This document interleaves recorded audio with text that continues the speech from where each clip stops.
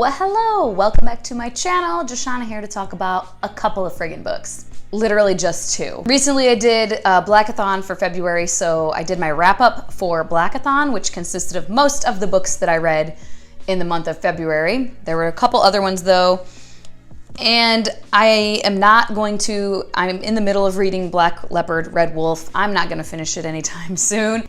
The first one is Trail of Lightning by Rebecca Roanhorse, and I quite enjoyed it. This is a YA dystopian fantasy, and we have a main character who is an indigenous American, Native American, and it's dystopian, and there was basically, they call it the big water, climate change, etc. There was a huge flooding situation, and only like the very highly elevated places were saved, and then their area was saved because they have a huge wall put up and to like keep people in but also keep people out, and that kind of saved them. And our main character is like a badass fighter chick and a monster hunter. There are now monsters created. Magic is very much a thing. They have tribal powers that come out and are awakened in certain people, and hers give her very handy battle skills, fighting skills. She's very fast and has kind of a thirst for blood when her clan powers are up and at 'em. My favorite thing about this was definitely the world building. It was a very interesting world, very unique.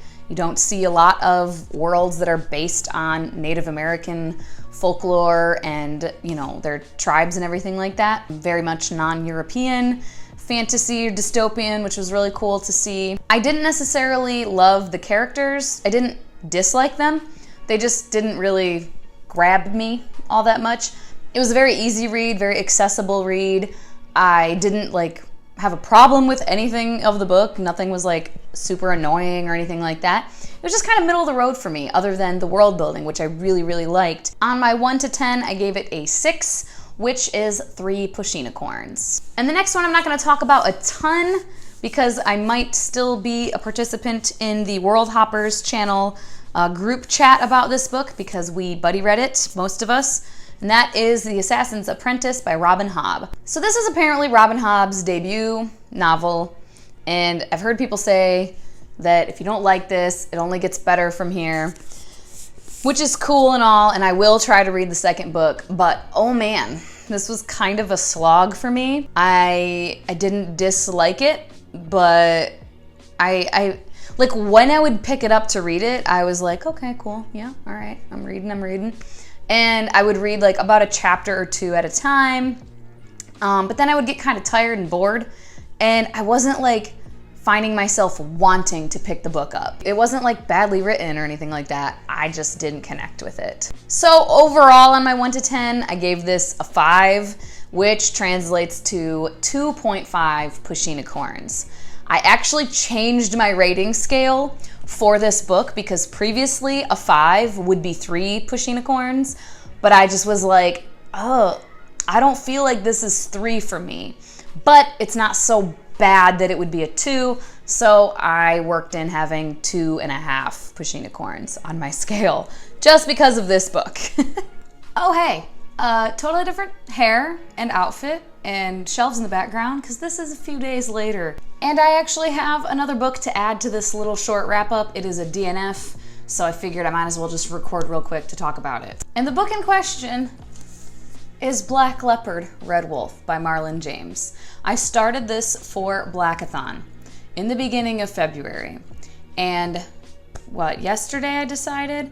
Well, technically 2 days ago in the evening. So on the 8th of March, I was 50%, exactly 50% of the way through, and it was starting to feel like a homework assignment or a part-time job. And I didn't want to do it anymore. I don't know what my hair is doing right now with it being shorter. I feel like it looks crazy. It's fine. This book is weird as fuck.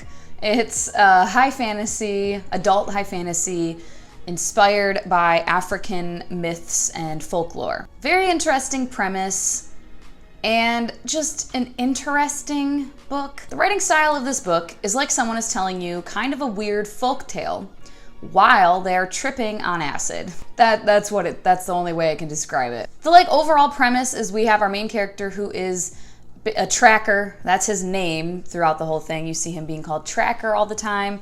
He has a nose. He can smell something and tell where that person is and like how far away they are and how far they're moving. So he tracks people all the time. And he gets hired on to track down this young boy. And there's a whole bunch of mystery and different people have different stories and you don't even know who this boy really is and why he's so important.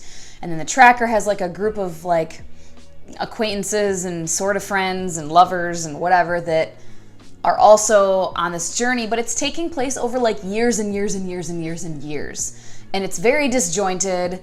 Like you're skipping around a lot. There's details you don't need. Some sentences, like you don't get a pronoun in the sentence until the very end. You don't know who is even being talked about.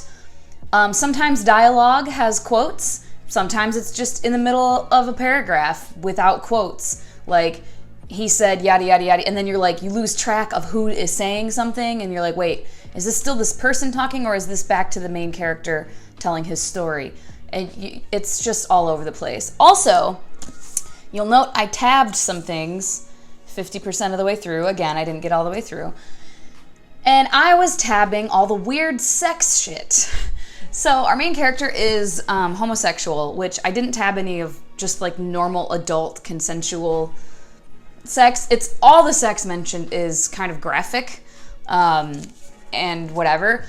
Sometimes though it's graphic and weird, like weirdly described, just odd ways of describing things. And sometimes it's just like kind of graphic and vulgar, but like to consenting adults. I didn't count those as like weird sex things because that's just whatever. Talking about people having sex with goats.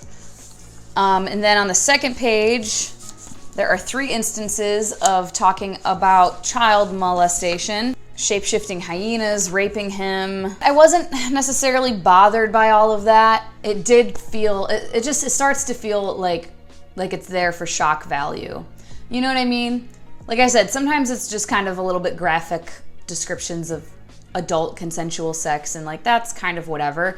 But then other times it's like, why did you have to describe it in such a weird, awkward, uncomfortable way? And I guess that was the point, whatever. Lots of like talk of rape and child molestation and it's not depicted as being something good. That's not the case. But it's just, again, why did it have to be described in these weird, uncomfortable, odd ways? And like I said, it just started to feel like a homework assignment. For me, once it feels like that, I don't want to continue because the point for me of reading is enjoyment. I did enough reading for critique and critical analysis in college, and I don't care to do that anymore. So yeah, I DNF'd this and I'm kind of mad because I pre-ordered it because it just sounded so great. I did not know that the writing style was so weird and crazy, or I probably would have just gotten it from the library, but now I own it. I'm going to be unhauling this for sure.